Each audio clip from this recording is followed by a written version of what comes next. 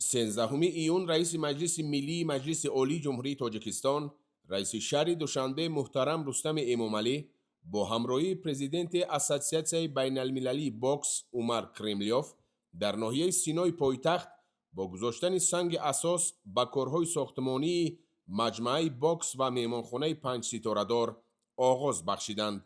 ضمن شناسایی بر رئیس شهر محترم رستم امامعلی اطلاع داده شد که مجمع بوکس در مساحت 215 گکتار ساخته شده،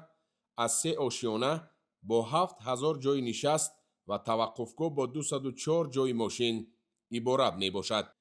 همچنین جهتی در سطح بلند تشکیلی برگزار نمودن مسابقه‌های جمهوریوی و بین المللی در پهلوی مجمع مهمانخانه محتشم 5 ستاره دار دارای 340 حجره‌های برهوای لوکس و استاندارد خواهند بود. بعد از شناسایی محترم رستم امامعلی با مسئولان و ساختمانچیان برای در مهلت معین گردیده و با سطح و صفت بلند و جوابگو به استانداردهای جهانی ساختن مجمع مذکور دستور و مسئولیت‌های مفید دادند.